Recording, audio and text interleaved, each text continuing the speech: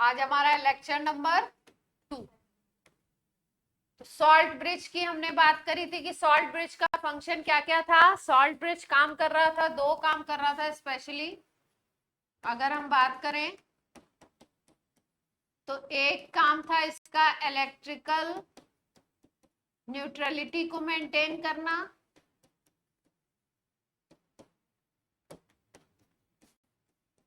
और दूसरा काम क्या कर रहा था, इंटरनल सर्किट को कंप्लीट करा रहा था।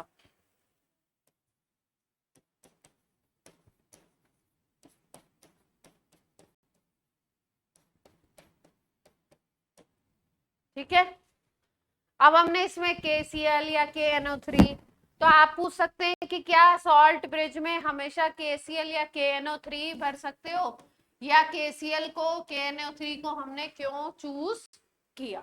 ठीक है, तो इसकी क्या स्पेशलिटी है सॉल्ट की, देखो सॉल्ट ब्रिज की अगर बात करो तो सॉल्ट ब्रिज में आपको जो सॉल्ट फिल करना है उसकी कुछ स्पेशल कंडीशन है। क्या क्या है, एक नंबर होता है जिसको हम बोलते हैं ट्रांसपोर्ट नंबर, या आप कह सकते हो आयनिक मोबिलिटी। क्या बोल सकते हैं, आयनिक मोबिलिटी।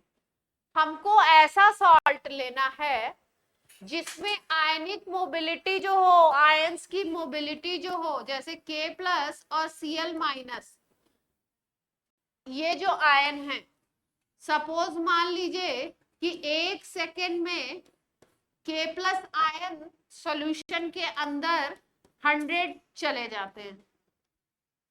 ठीक है, और Cl- को अगर देखो तो ये भी 1 सेकेंड में सॉल्यूशन के अंदर 100 चले जाएंगे।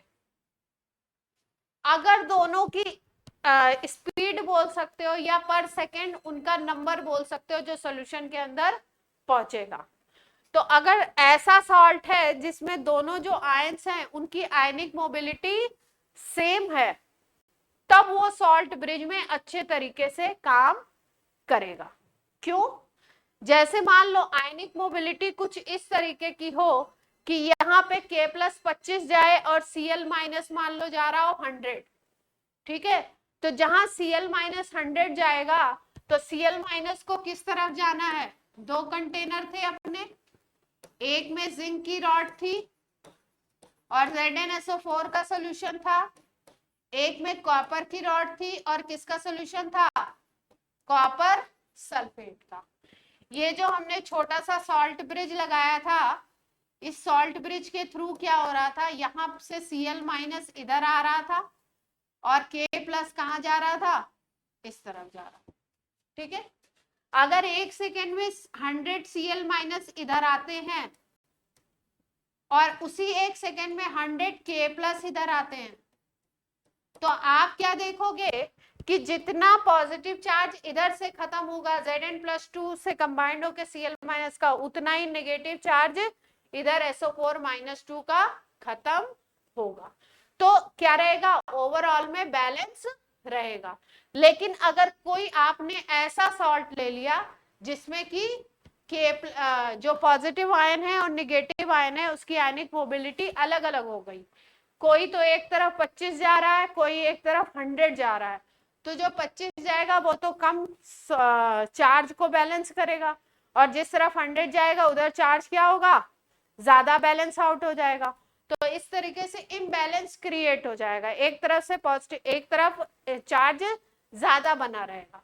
तो इसलिए जो सॉल्ट ब्रिज है उसमें ऐसा सॉल्ट फिल करना है जिसमें आयंस की आयनिक मोबिलिटी लगभग लगभग इक्वल हो। हाँ, ये तो एक एग्जांपल लिया।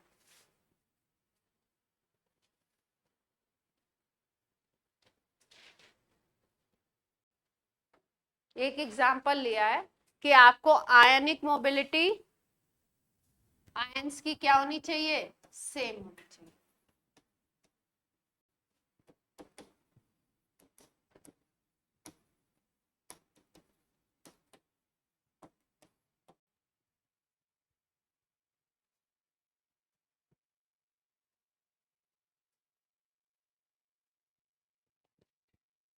दूसरी चीज क्या देखते हैं हम लोग कि KCl लिया है।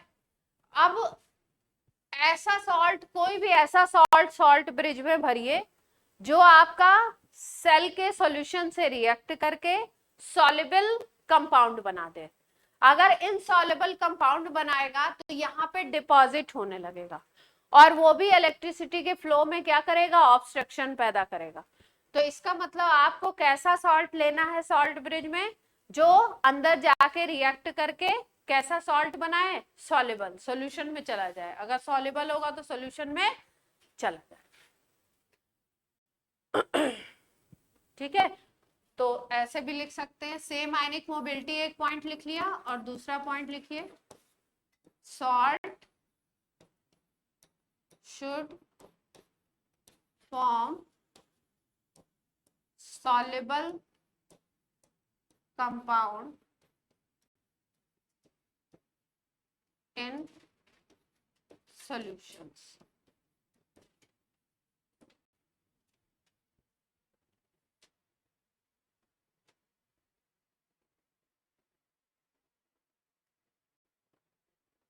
आयनिक मोबिलिटी को ही कभी कभी केमिस्ट्री में ट्रांसपोर्ट नंबर टर्म से भी बोलते हैं।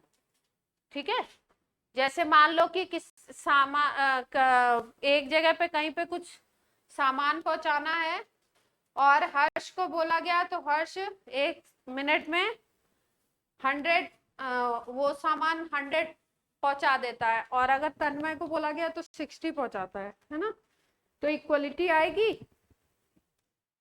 और आपको वहां पे क्या करना है, आपको उस जगह पे इक्वल पहुंचाना है।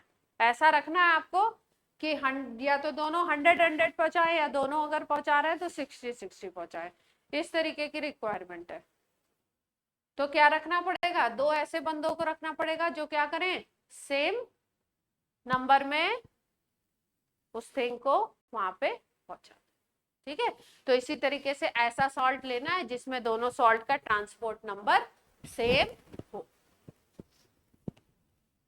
ट्रांसपोर्ट नंबर को मोटा मोटा आप समझ सकते हैं पर सेकंड में पहुंचने वाले आयंस का नंबर। अब ये जो सेल का कंस्ट्रक्शन तो हो गया, एक तरफ एनोड एक तरफ कैथोड। एनोड पे होगा negative charge. Negative charge anode पे क्यों बन रहा था, क्योंकि यहाँ पे इलेक्ट्रॉन क्रिएट हो रहे थे ऑक्सीडेशन की वजह से। इस पे कॉपर के ऊपर पॉजिटिव चार्ज क्यों बन रहा था, क्योंकि सॉल्यूशन से क्या हो रहे हैं, यहाँ पे कॉपर +2 है। ठीक है, तो यहाँ पॉजिटिव चार्ज आ जाएगा। फिर सॉल्ट ब्रिज की बात हो गई। अब इलेक्ट्रॉन इधर से इधर फ्लो कर रहा है, तो अगर आपसे एक क्वेश्चन पूछा जाता है इलेक्ट्रोकेमिकल सेल में आउटर सर्किट में अगर पूछें तो इलेक्ट्रॉन का फ्लो किधर से किधर हो रहा है, तो इलेक्ट्रॉन का फ्लो किधर से किधर हो रहा है, इसको हमने माना है एनोड, और इसको क्या माना है हमने, कैथोड। ठीक है, इस पिक्चर में उल्टा बना हुआ है। हम लोग इन जनरली लेते कैसा है, लेफ्ट में एनोड और राइट में कैथोड। तो इलेक्ट्रॉन इधर से इधर जा रहा है, तो अगर आउटर सर्किट में हम बोले करंट किधर से किधर जाएगी, तो इलेक्ट्रिकल करंट किधर से किधर जाएगी,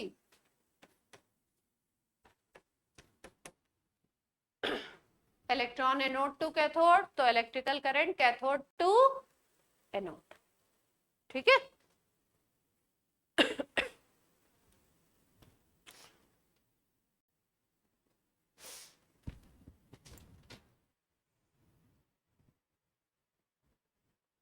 ये जो जिंक और सेल तो कई सारे होते हैं, ये वाले जिंक और जिंक सल्फेट, कॉपर और कॉपर सल्फेट का जो कॉम्बिनेशन है, इसको एक स्पेशल नेम दिया जाता है। इसको हम लोग बोलते हैं डैनियल सेल। क्या नाम देते हैं इसको हम लोग, डैनियल सेल। डैनियल की स्पेलिंग का पता है,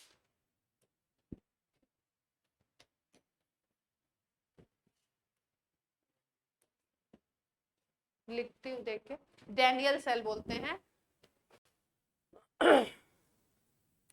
अलग अलग सेल्स के अलग अलग वोल्टेज होते हैं। ठीक है, ईएमएफ होते हैं। ईएमएफ को याद करने की जरूरत तो नहीं है, लेकिन 2-4 को याद करवा देंगे, कभी कभी बोर्ड में कुछ कुछ काम आ जाते हैं क्वेश्चंस में।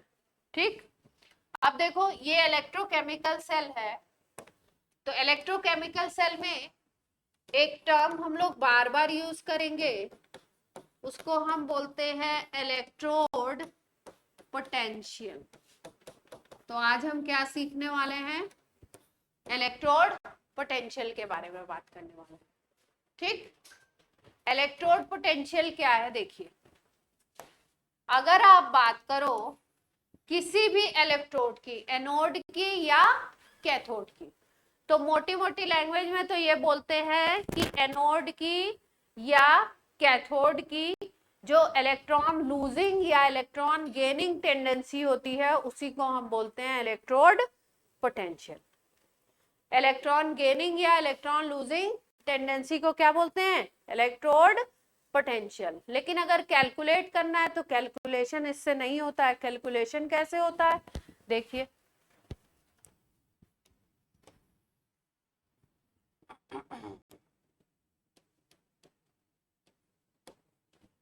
दो डायग्राम थे ना यहाँ पे,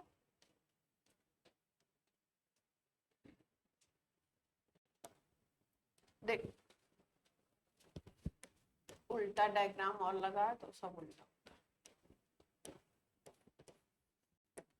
है। ये जिंक की रॉड है, ZnSO4 सॉल्यूशन फिल किया है।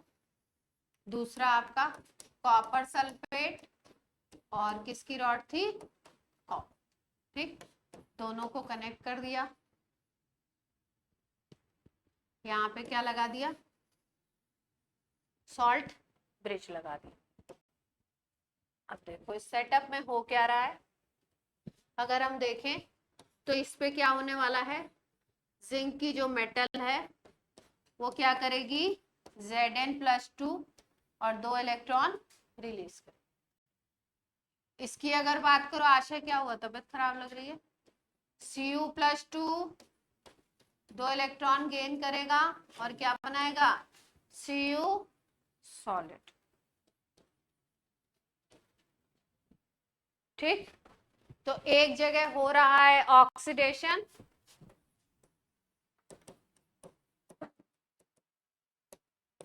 दूसरी जगह क्या हो रहा है, रिडक्शन। एक जगह हो गया ऑक्सीडेशन और दूसरी जगह क्या हो गया, रिडक्शन। ठीक, ऊपर जाना, क्या हुआ, क्या हुआ, सर दर्द हो रहा, जाओ जाओ, अनकंफर्टेबल हो।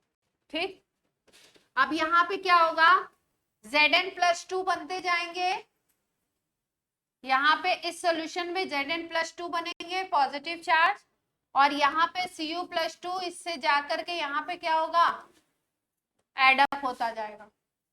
तो ये वाली रॉड धीरे धीरे क्या हो रही है, थिन हो रही है, और ये वाली रॉड धीरे धीरे क्या हो रही है, थिक। ये प्रोसेस हो रहा है। ठीक है,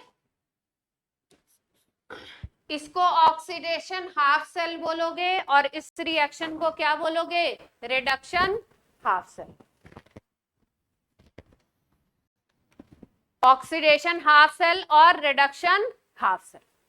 अगर हम दोनों रिएक्शंस को, इन हाफ सेल रिएक्शन को एड अप कर दें, क्या कर दें, एड अप कर दें, तो हमें मिल जाती है full cell reaction. Full cell reaction नहीं बोलते हैं उसको, हम बोलते हैं सेल रिएक्शन। तो अगर हमें सेल रिएक्शन निकालनी है इस सेल की, तो सेल रिएक्शन में क्या होगा, जो ऑक्सीडेशन हाफ रिएक्शन है उसमें प्लस कर दीजिए रिडक्शन हाफ रिएक्शन। दोनों को क्या करना है, आपको एड अप कर देना। अब आपको मालूम है कि रिएक्शंस में जब दो रिएक्शंस को ऐड करते हैं तो लेफ्ट हैंड साइड से left hand side, right hand side से राइट हैंड साइड। तो ऐड करें, zinc solid plus Cu+2 aqueous plus 2 electron gives क्या आ जाएगा, Zn+2 aqueous plus 2 electron plus Cu solid. दोनों तरफ दो दो इलेक्ट्रॉन हो गए तो क्या हो जाएंगे, कट जाएंगे। तो अगर सेल रिएक्शन की बात करो तो क्या आ गई, Zn solid plus Cu+2 aqueous gives Zn+2 aqueous plus Cu solid. तो कोई अगर सेल लिखा हुआ है या सेल की हाफ रिएक्शन लिखी हुई है तो आप सेल रिएक्शन लिख लोगे। क्या करना है, दोनों को ऐड अप कर देना है, ऐड करके सेल रिएक्शन बन जाएगा।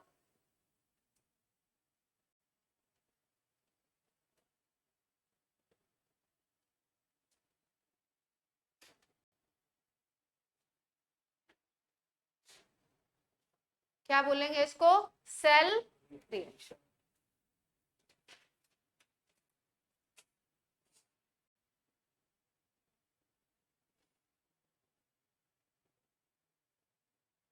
ठीक,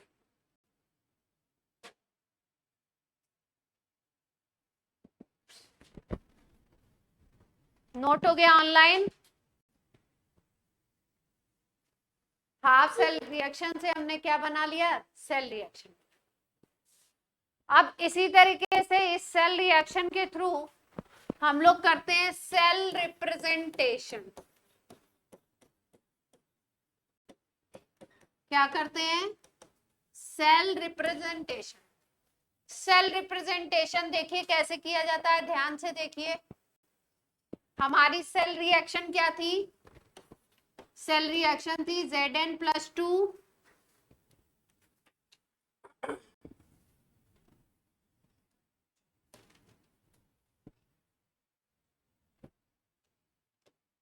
सेल रिएक्शन हमारी थी जिंक सॉलिड, इधर क्या था Cu+2 एक्वस बन गया था, यहाँ पे क्या था Zn+2 एक्वस बन गया, और यहाँ पे क्या बन गया Cu सॉलिड। ये सेल रिएक्शन था।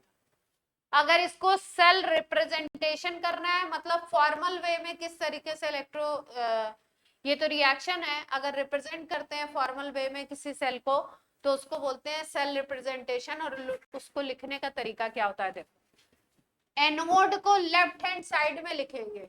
तो एनोड पे रिएक्शन हो रहा था, जिंक सॉलिड से क्या बन रहा था Zn+2। तो ऐसे लिखेंगे, देखिए जिंक सॉलिड से क्या बन रहा था, ऑब्लिक करके Zn+2। जहां पे एक्वस लिखा है वहां पे लिखी जाएगी उसकी कॉन्सेंट्रेशन। क्या लिखी जाएगी उसकी कॉन्सेंट्रेशन। जो भी क्वेश्चन में कॉन्सेंट्रेशन होगी C1 लिख लो आप, तो C1 कंसंट्रेशन है मान लो। फिर बीच में दो लाइंस ऐसे पैरेलल बनाई जाती है। ये जो पैरेलल लाइंस होती हैं ये शो करती है सॉल्ट ब्रिज को। लेफ्ट सेल और राइट सेल के बीच में क्या था, सॉल्ट ब्रिज था ना, तो ये जो है ये सॉल्ट ब्रिज को रिप्रेजेंट कर रहा है। नहीं, सॉल्ट ब्रिज का साइन ये होता है ऐसे, ठीक है। अब यहाँ जिंक से Zn+2 बना, अब इधर क्या बना Cu+2 से Cu सॉलिड, तो इधर वाला इधर लिख देंगे Cu+2। अब ये सॉल्यूशन वाला है तो इसकी कॉन्सेंट्रेशन C2 मान लो। इससे क्या बन रहा है Cu सॉलिड। इसको बोलते हैं cell representation. Left hand side में किससे क्या बना था वो लिख दिया, राइट हैंड साइड में किससे क्या बना था वो लिख दिया, और बीच में क्या लगा दिया, दो पैरेलल लाइंस, उनको बोलते हैं हम लोग सॉल्ट ब्रिज।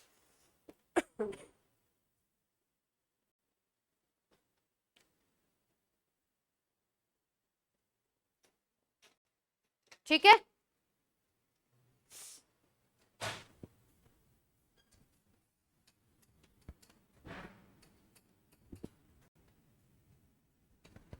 क्या हो रहा है,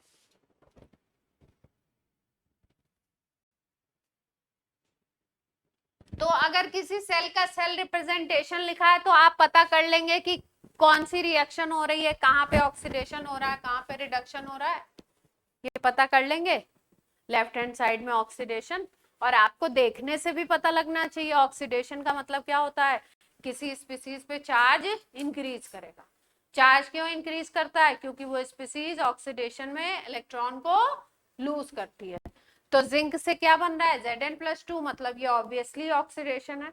Cu+2 से क्या बन रहा है? Cu बन रहा है। तो ये क्या है? पॉजिटिव चार्ज कम हो रहा है। यहाँ पे चार्ज +2, यहाँ पे चार्ज 0। जब भी चार्ज कम हो तो रिडक्शन, जब भी चार्ज इंक्रीज करे तो क्या बोलते हैं उसको? ऑक्सीडेशन। तो हम ऐसे ही समझ जाएंगे, जहां चार्ज बढ़ रहा है वहां ऑक्सीडेशन, जहां चार्ज कम हो रहा है वहां पे रिडक्शन। अगर हमें पहचानना। अब देखो,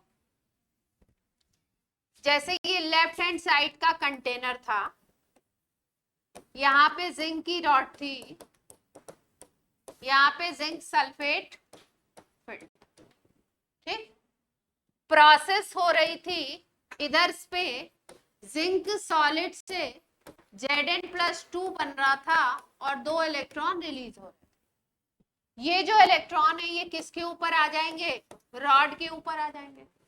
जब इलेक्ट्रॉन यहाँ पे रॉड के ऊपर आएंगे और यहाँ पे Zn+2 क्रिएट होगा सॉल्यूशन में, तो आप धीरे धीरे क्या देखोगे कि इधर सॉल्यूशन में पॉजिटिव चार्ज और यहाँ पे इलेक्ट्रॉन। जब भी अपोजिट चार्ज में थोड़ा सा सेपरेशन होता है, एक ही जगह पे अपोजिट चार्ज में थोड़ा सा सेपरेशन होगा, तो वहां पे एक पोटेंशियल क्रिएट हो जाता है। और इस जगह पे उस पोटेंशियल को हम क्या बोलेंगे? उस मेटल वाली इलेक्ट्रोड का इलेक्ट्रोड पोटेंशियल। ठीक है, तो इलेक्ट्रोड पोटेंशियल बेसिकली क्या है? It is potential difference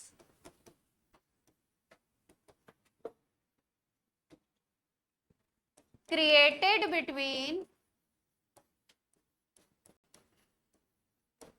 metal electrode या मेटल रॉड भी बोल सकते हैं, metal electrode and metal solution.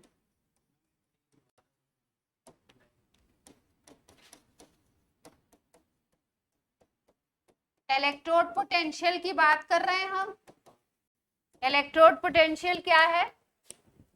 यहाँ पे जिंक की रॉड टूटी Zn+2 में, तो यहाँ पॉजिटिव चार्ज इकट्ठा होने लगा, यहाँ इलेक्ट्रॉन जाने लगे इस रॉड पे, तो यहाँ पे इलेक्ट्रॉन है, यहाँ पे पॉजिटिव चार्ज है, एक स्मॉल डिस्टेंस से सेपरेटेड है। जब भी ऐसी सिचुएशन होती है कि अपोजिट चार्जेस, इलेक्ट्रॉन और अपोजिट चार्ज एक दूसरे से सेपरेशन बनाएंगे थोड़ा सा भी, तो वहां पे इन दोनों के बीच में एक पोटेंशियल क्रिएट हो जाएगा, पोटेंशियल डिफरेंस।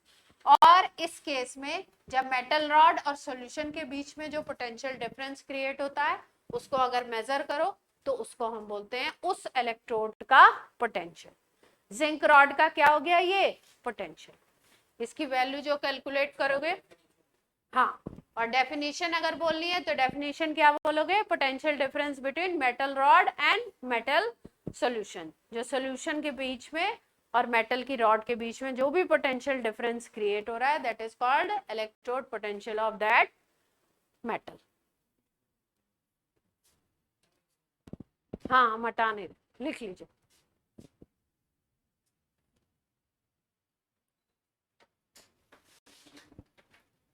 ऑनलाइन वालों को क्लियरिटी आ रही है? कात्यायनी, पलक, Yes, ma'am.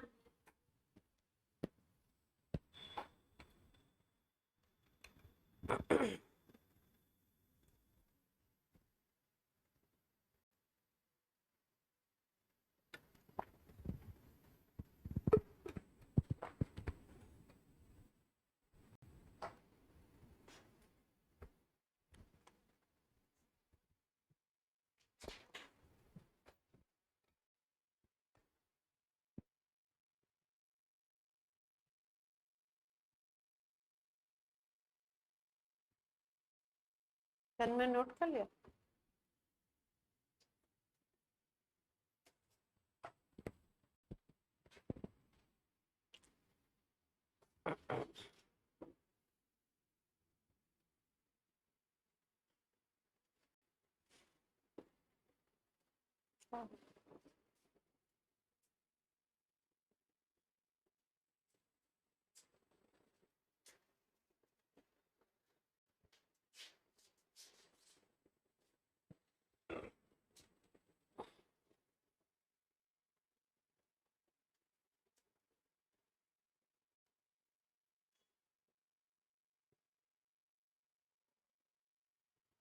हो गया।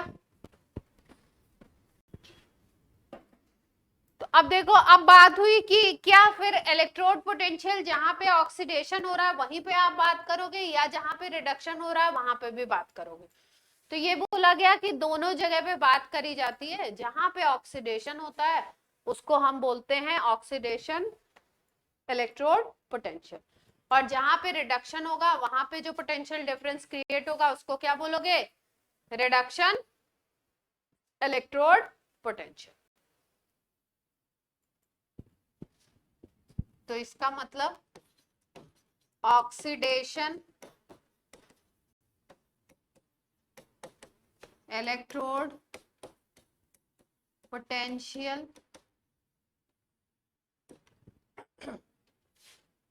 क्या होगा?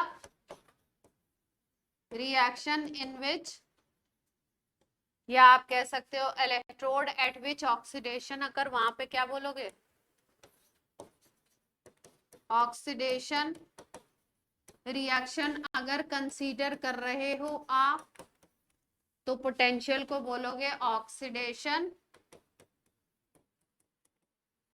Electrode potential. ठीक है, मतलब हमने अगर कंसीडर करा ये Zn सॉलिड से Zn प्लस टू इलेक्ट्रॉन ये बन रही है, ये इस रिएक्शन के लिए हम बात कर रहे हैं, तो हम बोलेंगे ऑक्सीडेशन इलेक्ट्रोड पोटेंशियल अगर इस रिएक्शन से कैलकुलेट कर रहा। और अगर आप करते हो दूसरी वाली रिएक्शन से पोटेंशियल को देखते हो वहां पे, तो उसको क्या बोल दोगे? Reduction electrode potential. कौन सी रिएक्शन को कंसीडर करना है? Reduction reaction. जैसे Cu प्लस 2 दो इलेक्ट्रॉन गेन करके बनाएगा Cu सॉलिड। ठीक है, तो जब ऑक्सीडेशन को कंसीडर करोगे तो ऑक्सीडेशन इलेक्ट्रोड पोटेंशियल, और जब रिडक्शन को कंसीडर करोगे तो क्या हो जाएगा वहां पे? इलेक्ट्रोड पोटेंशियल रिडक्शन वाला।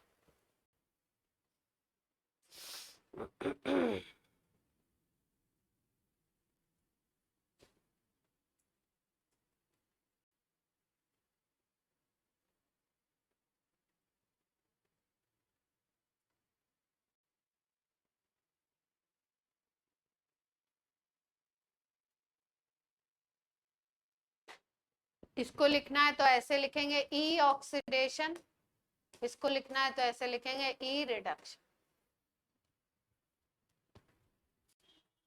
ई ओ एक्स और E R E D.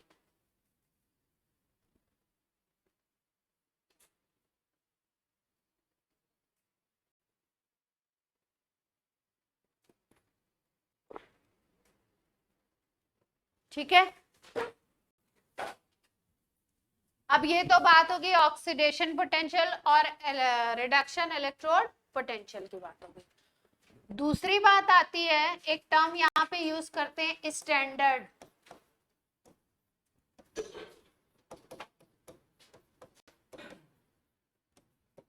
Standard oxidation electrode potential. अब भाई नई चीज आ गई, स्टैंडर्ड क्या हो गया? स्टैंडर्ड मतलब कोई स्पेशल कंडीशन हो जाएगी। इसको हम शो करते हैं ई नॉट, ऐसे लिख देते हैं। क्या लिखते हैं? अगर यहाँ पे 0 आ गया मतलब कंडीशन क्या है? स्टैंडर्ड। ई नॉट ऑक्सीडेशन ऐसे लिखे। हाँ पलक क्या हुआ? Standard oxidation electrode potential. Standard की क्या कंडीशन है? देखो, अगर आप टेम्परेचर ले लो 25 डिग्री सेंटीग्रेड, टेम्परेचर क्या लेना है? 25 डिग्री सेंटीग्रेड ले लीजिए। हाँ, और आप कॉन्सेंट्रेशन ले लीजिए 1 मोलर। कॉन्सेंट्रेशन क्या ले लीजिए?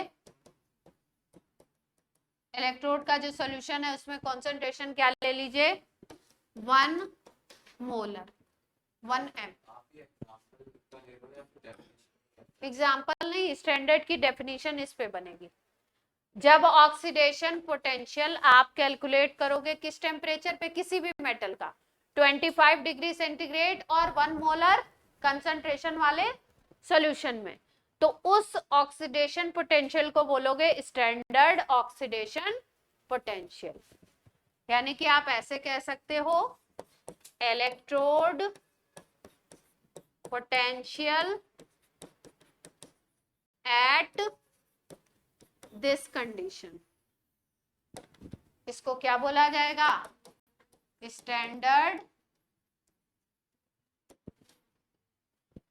Oxidation electrode potential. अभी इसके पहले जो हमने बात की थी उसमें ना तो हमने टेम्परेचर को मेंशन किया था, कोई भी टेम्परेचर, कोई भी कॉन्सेंट्रेशन।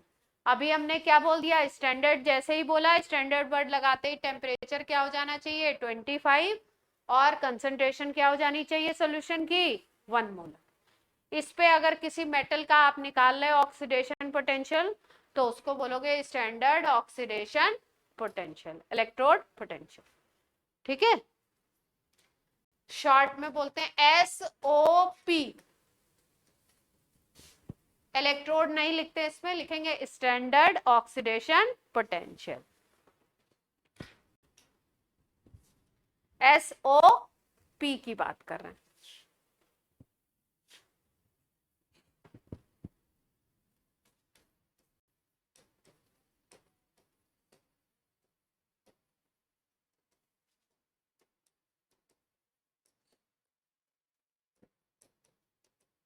ये दोनों चीजें एक ही बात है, ये भी एक ही बात, ठीक। अब यही सेम स्टैंडर्ड कंडीशन अगर रिडक्शन वाली सिचुएशन में लगा दो तो स्टैंडर्ड रिडक्शन पोटेंशियल बन जाएगा, SRP बोलते हैं उसको। ये ऑक्सीडेशन था स्टैंडर्ड, अब आपको क्या करना है, स्टैंडर्ड रिडक्शन इलेक्ट्रोड पोटेंशियल। पहचानते कैसे हैं, ऐसे लिखा रहेगा E0 SRP, या E0 लिखा है कहीं पे भी, क्या लिखा हुआ है, ऐसे लिखा है E0, तो इसका मतलब कौन सी कंडीशन हो गई, E0 का मतलब स्टैंडर्ड कंडीशन। ठीक है, E0 SRP से शो करते हैं, होता क्या है, if we measure reduction potential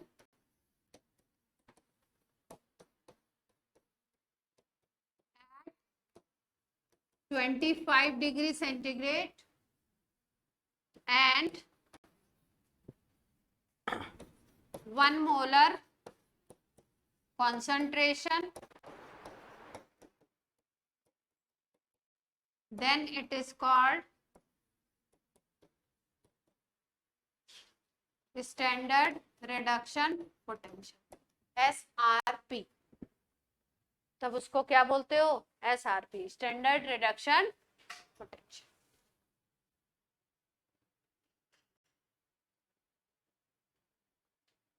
ठीक है,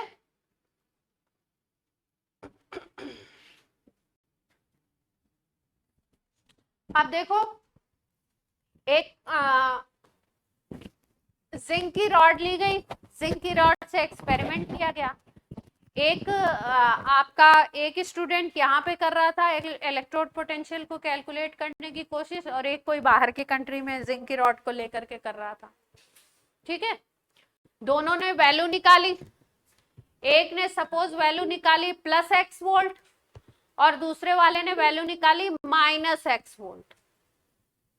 वैल्यू एकदम सेम निकाली, जो यहाँ पे कर रहा था एक्सपेरिमेंट जिंक की रॉड के लिए वो भी सेम वैल्यू निकाला, और जो बाहर कर रहा था उसने भी सेम वैल्यू निकाली, लेकिन एक ने निकाली पॉजिटिव और एक ने वही वैल्यू क्या निकाली, नेगेटिव।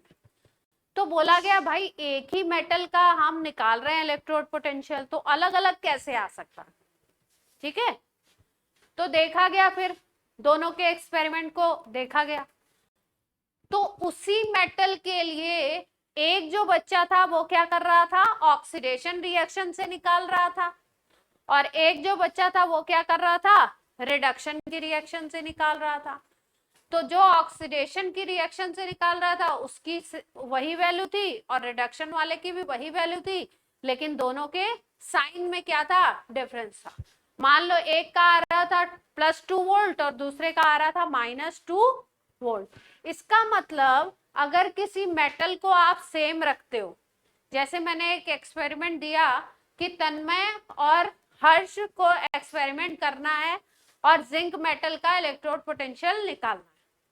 एक ने ऑक्सीडेशन की रिएक्शन से निकाला और एक ने रिडक्शन की रिएक्शन से निकाला, तो दोनों की वैल्यू एकदम सेम टू सेम आएगी, बस साइन में क्या आएगा, डिफरेंस आ जाएगा, अपोजिट साइन आएंगे। इसका मतलब आपको क्या पता लगता है, आपको क्या पता लगा कि जो ई ऑक्सीडेशन होगा वो ई रिडक्शन की वैल्यू के बिल्कुल इक्वल होगा, बस दोनों के साइन में क्या होगा, डिफरेंस। वैल्यू एकदम सेम होगी, दोनों का साइन क्या होगा, अपोजिट होगा। ठीक है, तो कंसिडरेशन किस तरीके से किया होगा कि मान लो एक एक्सपेरिमेंट कर रहे हैं कौन, तन्मय, ठीक है, इन्होंने इस जिंक मेटल का कौन सा रिएक्शन कंसीडर किया, Zn+2 2 इलेक्ट्रॉन देता है, तो यहाँ पे जो पोटेंशियल निकलेगा वो क्या निकलेगा, ऑक्सीडेशन। अगर स्टैंडर्ड कंडीशन ले लो, मतलब 25 डिग्री सेंटीग्रेड टेम्परेचर और Zn+2 की कॉन्सेंट्रेशन ले लो 1 मोलर, तो इसको ऑक्सीडेशन स्टैंडर्ड पोटेंशियल बोल दोगे। तो यहाँ पे इन्होंने क्या कैलकुलेट किया, ई ऑक्सीडेशन, मान लो वैल्यू आई +X वोल्ट। ठीक, अब इसी एक्सपेरिमेंट को हर्ष भी कर रहे हैं,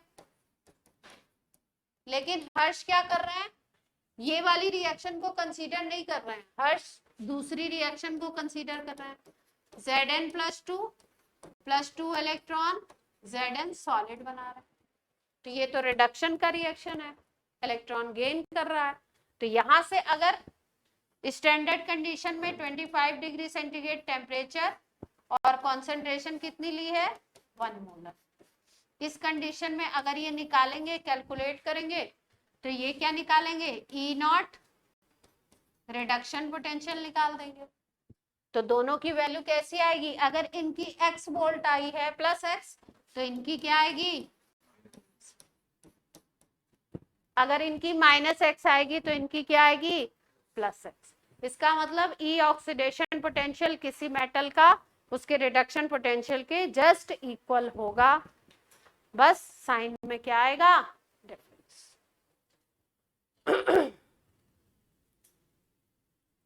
तो अगर किसी इलेक्ट्रोड के पोटेंशियल दिए हैं तो आप क्या कर सकते हैं, ऑक्सीडेशन पोटेंशियल को रिडक्शन में, रिडक्शन को ऑक्सीडेशन में चेंज कर सकते हैं।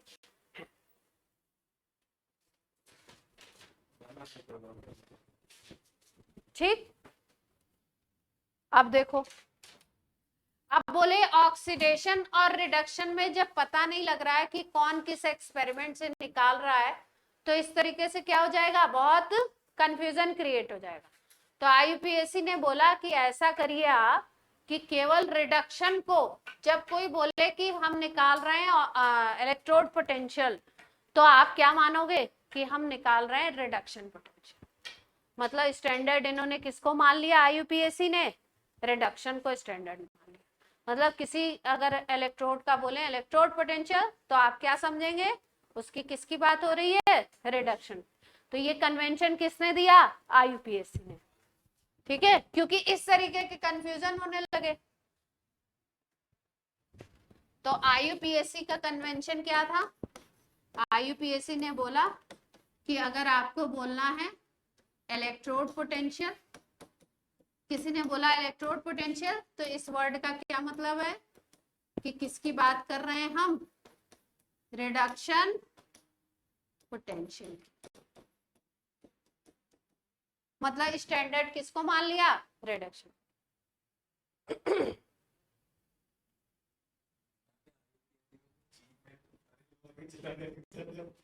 तो आईपीएससी जितनी समस्याएं आती हैं वो किसके पास जाती हैं? इस यूनियन के पास जाती हैं, तो वो फिर समाधान निकालता है। तो उसने समाधान क्या निकाला? बोला अगर ऑक्सीडेशन पोटेंशियल बोल रहे हो तो रिडक्शन को स्टैंडर्ड मान लो, और ऑक्सीडेशन बोलना है अगर आपको तो स्पेसिफिकली आपको ऑक्सीडेशन बोलना पड़ेगा। तो आप बोलोगे बात तो एक ही है ना? तो अगर ऑक्सीडेशन बोलेंगे तो उसको क्या समझना है? अगर केवल इलेक्ट्रोड पोटेंशियल वर्ड बोला गया तो उसको समझना है कि रिडक्शन की बात है, और अगर ऑक्सीडेशन की बात करनी है तो सीधे सीधे ऑक्सीडेशन वर्ड आपको यूज करना पड़ेगा। ठीक है, रिडक्शन ही मानना है। और अगर रिएक्शन दी होगी तो सीधे सीधे रिएक्शन के बगल में लिखा रहता है, तो रिएक्शन के बगल में लिखा हुआ है तो आप समझ जाएंगे कि कौन सा पोटेंशियल दिया हुआ है, रिडक्शन। सपोज जैसे मान लो ऐसे लिखा, E naught Zn plus 2 Zn is equal to दिया हुआ है 0.04 वोल्ट, ऐसे लिखा। ठीक है, देखिए ध्यान से। तो रिएक्शन क्या है? प्लस 2 से क्या बन रहा है? 0। प्लस 2 से क्या बन रहा है? 0। जब भी चार्ज कम होगा तो रिडक्शन होगा। तो प्लस 2 से 0 वाले के लिए पोटेंशियल दिया है, मतलब कौन सा पोटेंशियल है ये? रिडक्शन। और क्योंकि ई नॉट लगा हुआ है मतलब कौन सा है? स्टैंडर्ड।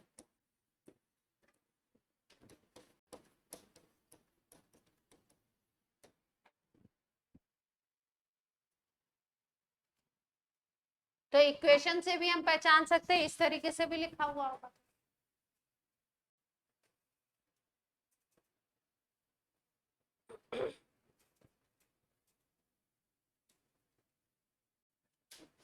जैसे ऐसे लिखा हुआ है कहीं पे, ई नॉट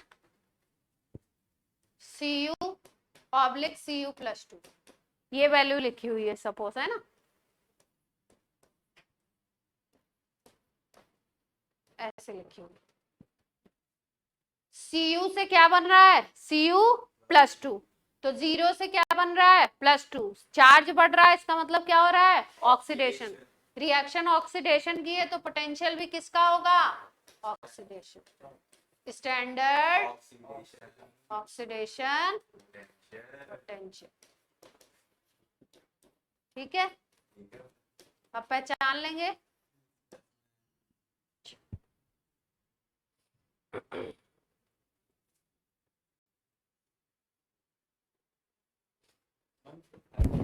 हाँ, अब फायदे पे आ रहे हैं। ये हमको याद नहीं करना है। डेटा डेटा आपको क्या होंगे? क्वेश्चन में गिवन होंगे। क्वेश्चन कैसे आएगा वो बात कर जी। हाँ, नहीं वैल्यू से सही नहीं है, वैल्यू तो मैंने अपने मन से लिख दी।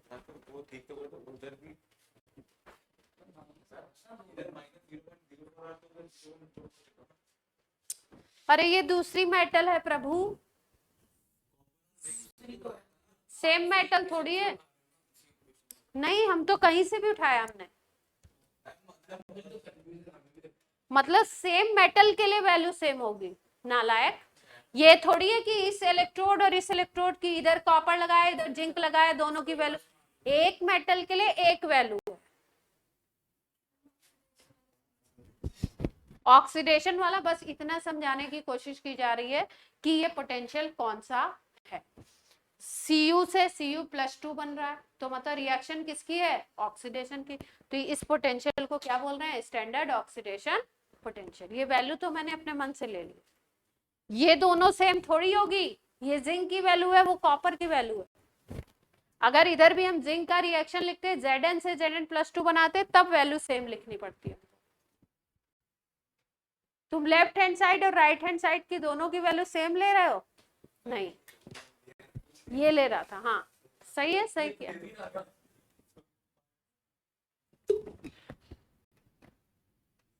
ये दोनों अलग अलग सिचुएशन की बात हो रही।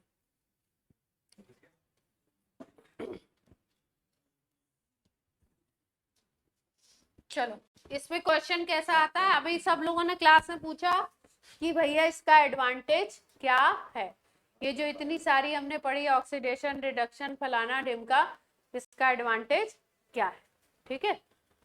तो डैनियल सेल में हमें निकालने के लिए आता है EMF of cell, electromotive force of cell निकालना है, ठीक है। चलो करते हैं कैलकुलेशन ऑफ ईएमएफ ऑफ, पहले फॉर्मूला लिखेंगे, कैलकुलेशन बिल्कुल सिंपल है, फॉर्मूला याद करना है पहले। अगर आपको ईएमएफ ऑफ सेल निकालना है तो रिएक्शन क्या होगा, फॉर्मूला क्या होगा, स्टैंडर्ड ये स्टैंडर्ड निकाल रहे हैं, स्टैंडर्ड ऑक्सीडेशन जहां पे हो रहा है उसका पोटेंशियल ले लीजिए, और रिडक्शन जहां पे हो रहा है उसका पोटेंशियल ले लीजिए।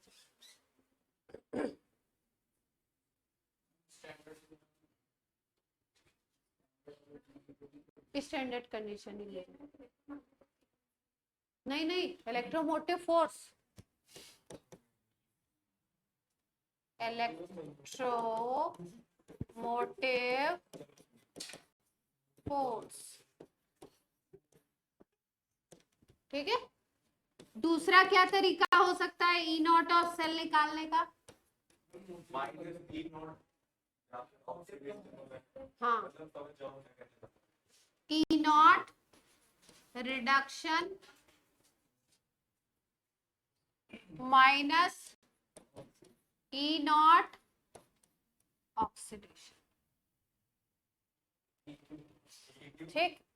देखो तो ध्यान से देखो, E naught cathode minus E naught anode, सबसे अच्छा फॉर्मूला ये है, E naught cathode minus E naught anode, इसको भी भूल दो, इसको हटा दो, एक ही को याद रखो सबसे अच्छा, E naught cathode minus E naught anode, हाँ अरे सेल का ईएमएफ नहीं निकालते हो जब बैटरी लगाते हो, तो पढ़ी नहीं पढ़ी 10th में। अब देखो ई cathode minus E naught anode से निकाल लो, या मानवेंद्र क्या हुआ,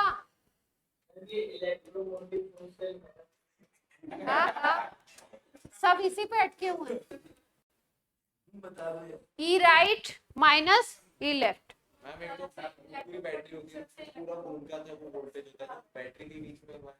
हाँ वो होता है ईएमएफ,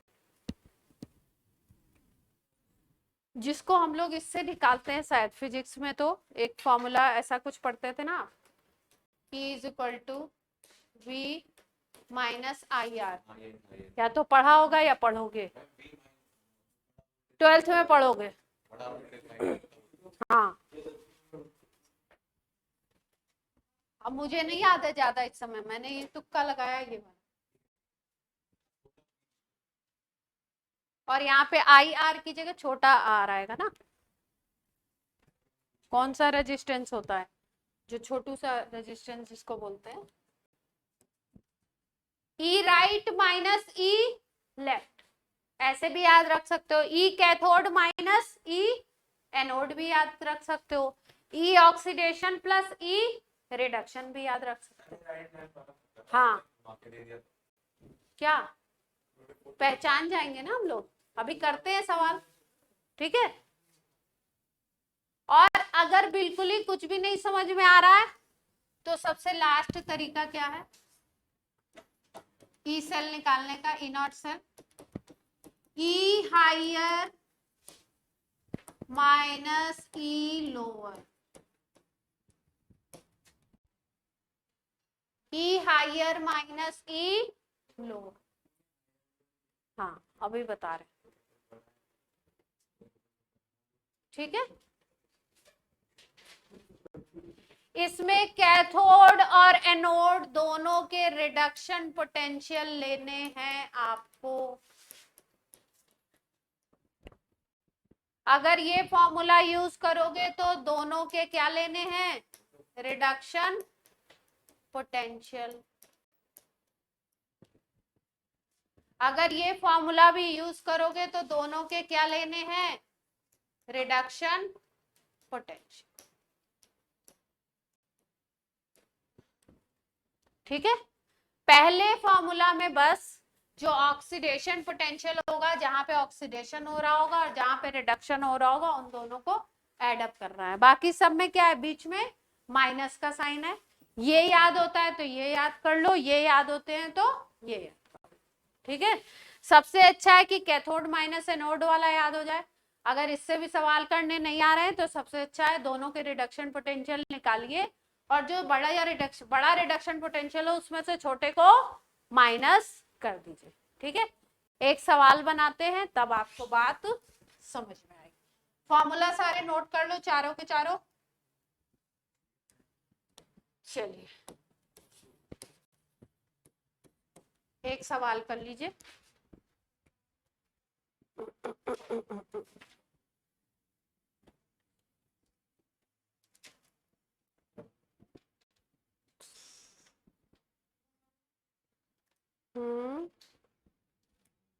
किसकी आवाज आ रही है,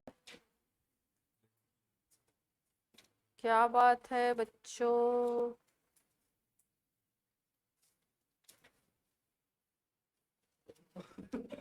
क्या हो गया?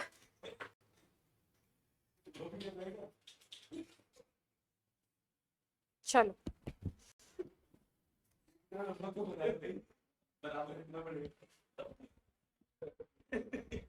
शांति शांति, चलिए। ओए ओए,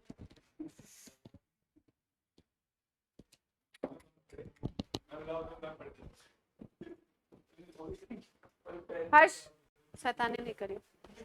क्वेश्चन नोट करो, फटाफट करना है।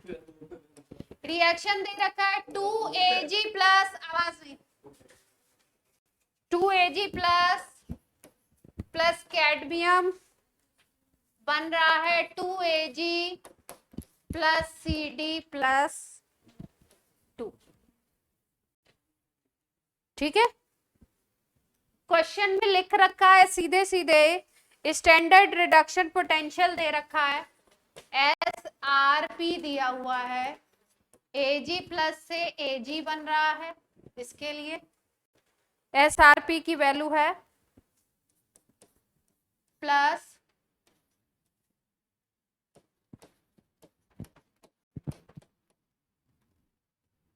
और दूसरा Cd प्लस 2, SRP मतलब स्टैंडर्ड रिडक्शन पोटेंशियल दे रखा है, Cd प्लस 2 से बनता है Cd। इसके लिए SRP दे रखा है -0.40। ठीक, आपको निकालना है स्टैंडर्ड EMF ऑफ सेल। ठीक है, निकालो।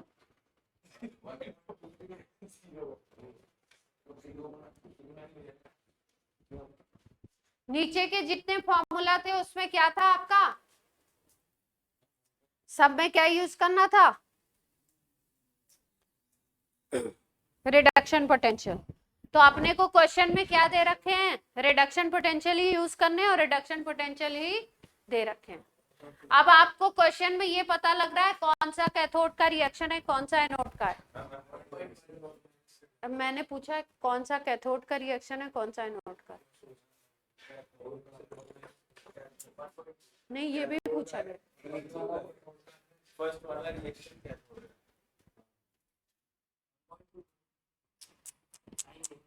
यहाँ पे जो लिखा हुआ है ना, Ag प्लस से Ag और Cd प्लस से Cd, ये तो दोनों रिडक्शन के रिएक्शन लिखे हुए हैं, तो फर्स्ट सेकंड वाला मत बोलो, दोनों रिडक्शन लिखे हैं। यहाँ से देख के बताओ किसका ऑक्सीडेशन हो रहा है, किसका रिडक्शन।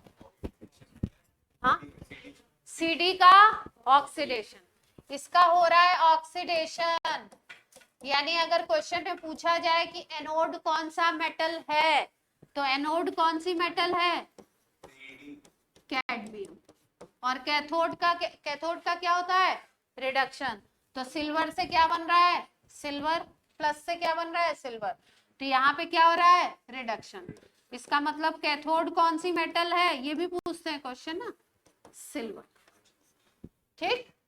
अब ईएमएफ निकालना है, तो ईएमएफ का जो लास्ट तरीका था वो क्या बताया था आपको, कि दोनों के रिडक्शन पोटेंशियल निकाल लीजिए और जिसकी वैल्यू बड़ी हो और जिसकी वैल्यू छोटी हो हायर माइनस लोअर कर दीजिए।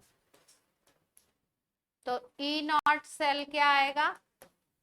ई naught higher minus E naught lower. दोनों रिडक्शन होने चाहिए, रिडक्शन दिए। हायर वैल्यू 0.8 दिखाई दे रही है, लोअर वैल्यू क्या दिख रही है? -0.4। तो 0.8 माइनस -0.4, तो वैल्यू क्या आ गई? 1.2।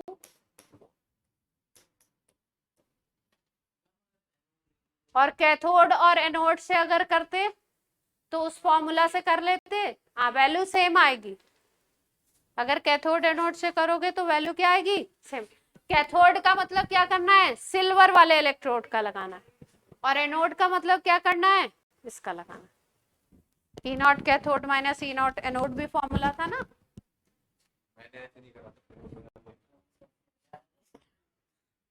तो 3-4 फॉर्मूला है ना, तीनों चारों में से कोई भी लगा दो। ऑनलाइन वालों को ये बात क्लियर हुई या नहीं हुई? Yes, ma'am.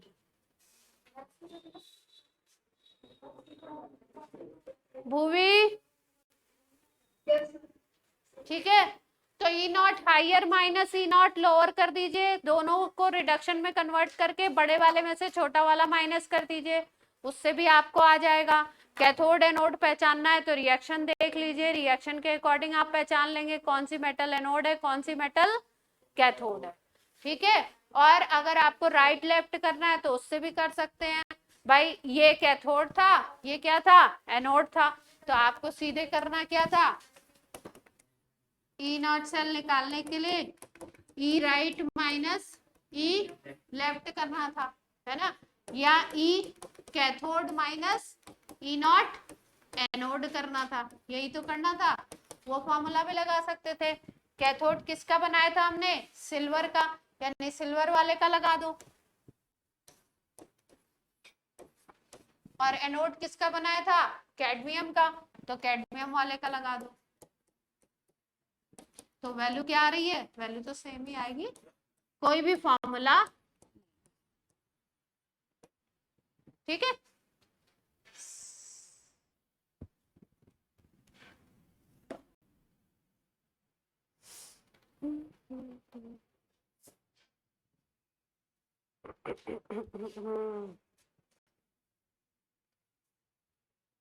एनसीईआरटी लाया है कोई?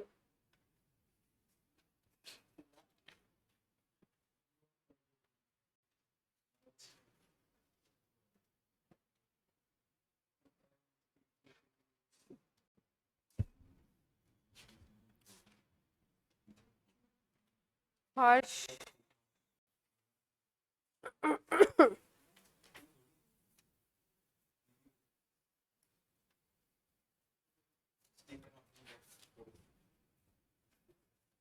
सीधे नस्ट इक्वेशन दे दी गई है।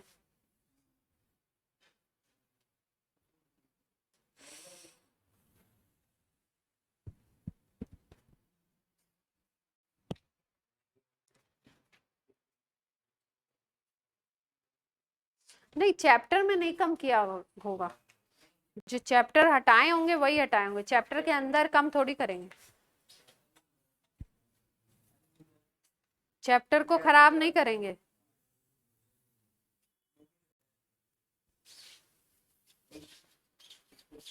मैम पिछली बार भी चैप्टर के अंदर भी हुआ था। इसमें भी जैसे खराब करते जा रहे हैं, बिल्कुल बेकार कर रहे हैं, क्या करेंगे ये?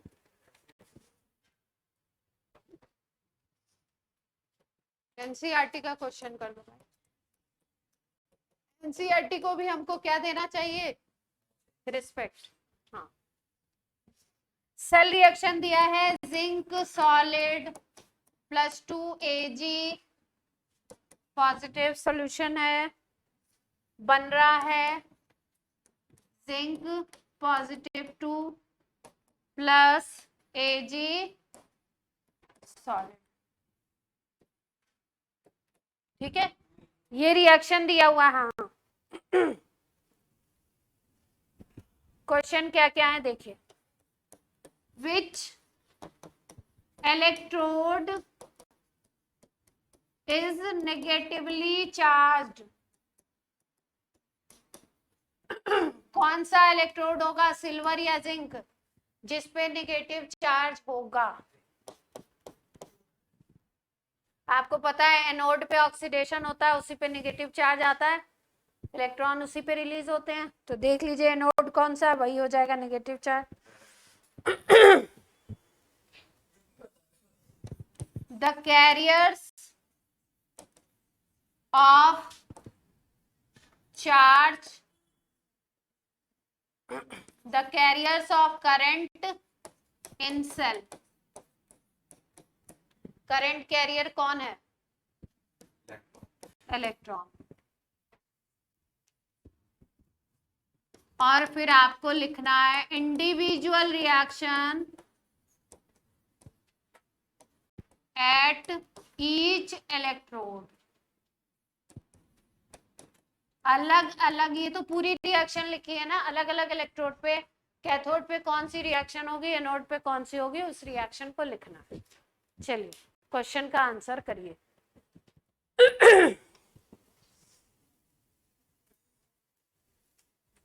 पहला है कौन सा इलेक्ट्रोड नेगेटिवली चार्ज है, सिल्वर या जिंक।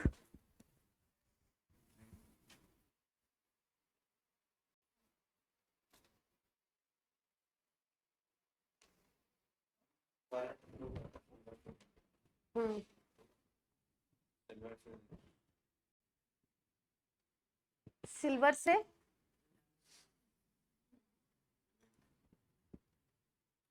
लिख दिया, कैथोड एनोड तो लिखोगे दाता, तभी कंप्लीट होगा। Individual reaction at each electrode, मतलब इलेक्ट्रोड भी मेंशन करना है, फिर रिएक्शन लिखना है, हाफ रिएक्शन।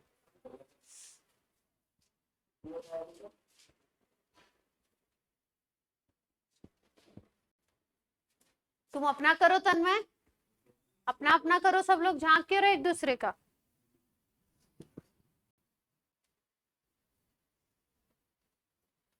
ऑनलाइन वालों को क्वेश्चन समझ में आ गया है, मानवेंद्र?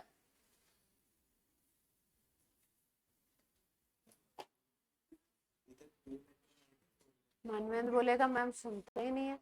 हाँ, क्यों 4 आएंगे, तो 2 सिल्वर है तो एक ही तो चार्ज है, एक सिल्वर पे Ag+1, तो 2 सिल्वर पे +2।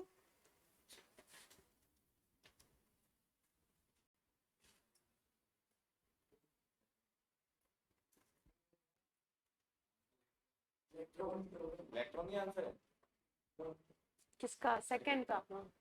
और क्या, कौन ले जाएगा करंट?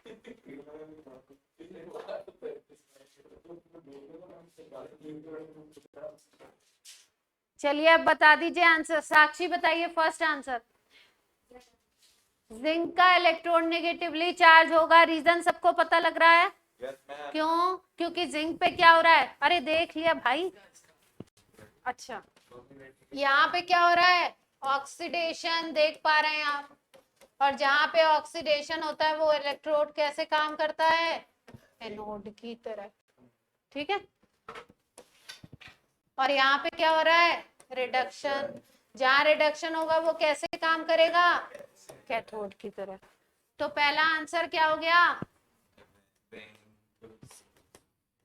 दूसरा, carriers of current in cell, cell में कैरियर्स ऑफ करंट क्या होते हैं हमेशा, इलेक्ट्रॉन। नहीं, और भी होते हैं, इलेक्ट्रोलाइटिक सेल में आयंस भी होते हैं।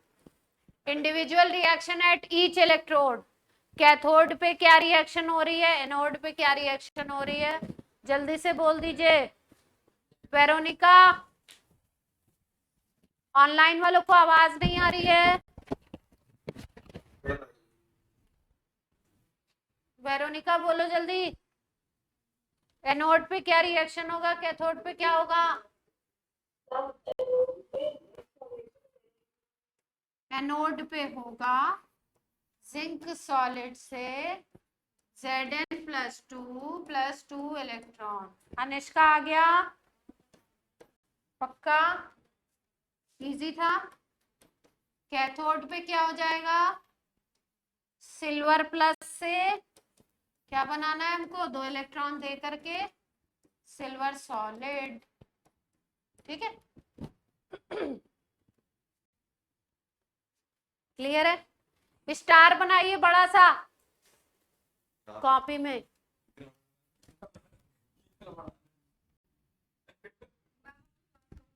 अगर आपको कंडीशन नहीं दी हो कि रिएक्शन ना दिया हो, केवल आपके पास क्या हो, इलेक्ट्रोड पोटेंशियल दिए हुए हो, तो आप कैसे चूज करोगे कि किसको बनाएं एनोड और किसको बनाएं कैथोड? कोई रिएक्शन वगैरह नहीं दिया हो, 2 मेटल्स दिए हो और आपको बताना हो कि इसमें सेल हमें बनाना है, कंस्ट्रक्ट करना है, किसको बनाएं एनोड और किसको बनाएं कैथोड।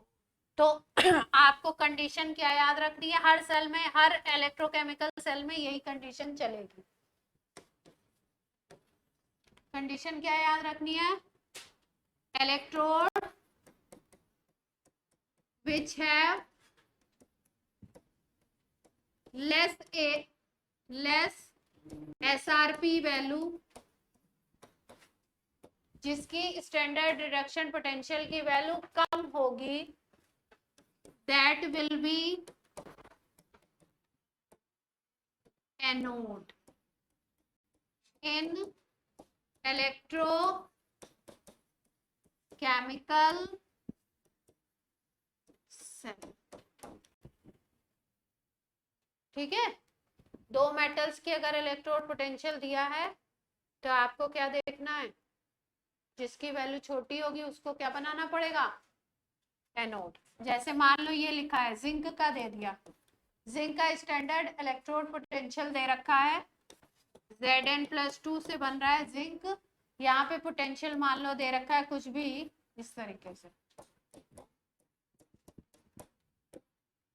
ठीक है, और यहीं पे सिल्वर का दे रखा है, सिल्वर का मान लो दे रखा है ये। तो किसकी वैल्यू छोटी है? अगर इससे सेल बनाना है हमको तो किसको एनोड बना दें? जिसकी वैल्यू छोटी है उसको क्या बना दें? एनोड।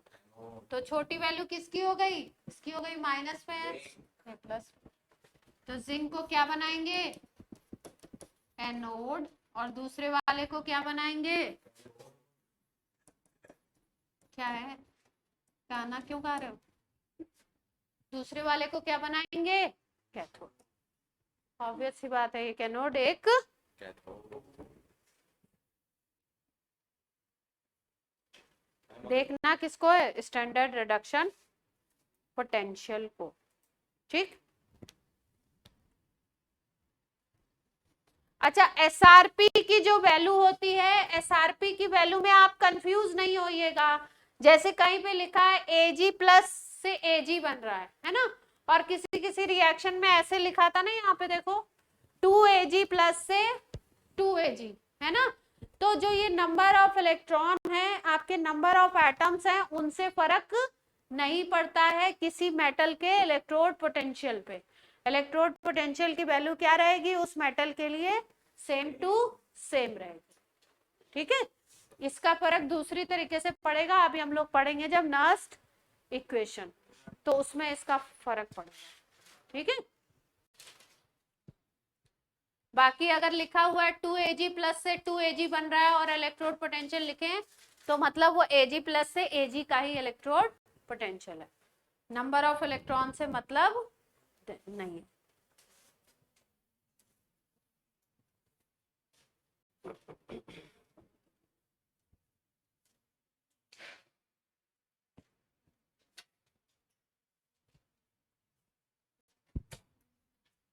ठीक है, तो एक पॉइंट और लिख लो स्टार बना के, बस एक लिख लिया, एक और लिख लो, स्टार बनाओ।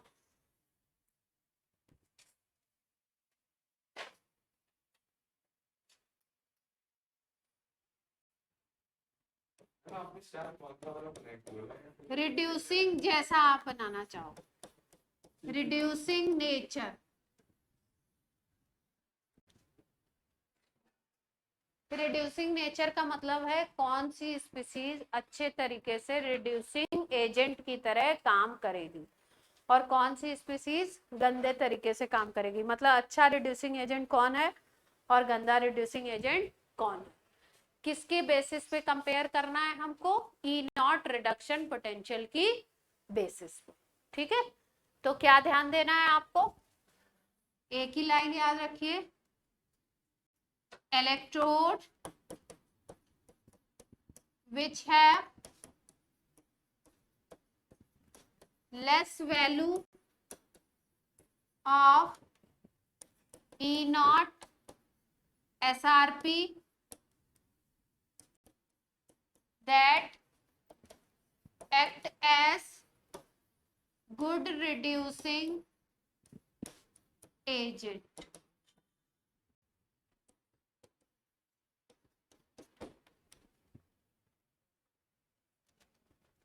ठीक है, ये तो लैंग्वेज में लिखा है आपने, अगर सीधे सीधे फॉर्मूला में लिखना हो तो आप ऐसे लिख सकते हैं, रिड्यूसिंग एजेंट की प्रॉपर्टी हम देख रहे हैं, ई नॉट आरपी रिडक्शन पोटेंशियल, जिसका रिडक्शन पोटेंशियल जितना छोटा जितना कम वो उतना अच्छा रिड्यूसिंग एजेंट। दो मेटल्स दी हुई है, एक का रिडक्शन पोटेंशियल 0.4 है और एक का रिडक्शन पोटेंशियल 0.2 है, तो जिसका रिडक्शन पोटेंशियल छोटा होगा वो अच्छी रिड्यूसिंग एजेंट होगी, तो 0.2 वाली क्या हो जाएगी, अच्छी रिड्यूसिंग एजेंट, किसके कंपैरिजन में 0.4। तो इस तरीके से अगर 4 मेटल्स 5 मेटल्स दिए हो और उनके सबके रिडक्शन पोटेंशियल दिए हो तो आप उनको रिड्यूसिंग एजेंट नेचर के उसमें ऑर्डर में लगा लेंगे, जिसका सबसे छोटा वो सबसे अच्छा रिड्यूसिंग एजेंट और जिसकी वैल्यू सबसे बड़ी आएगी रिडक्शन पोटेंशियल की वो सबसे गंदा रिड्यूसिंग एजेंट। ये बोर्ड का भी फेवरेट क्वेश्चन है, कुछ कई बार जेई में भी पूछ। ठीक है, आज की क्लास आपकी क्या करें, खत्म।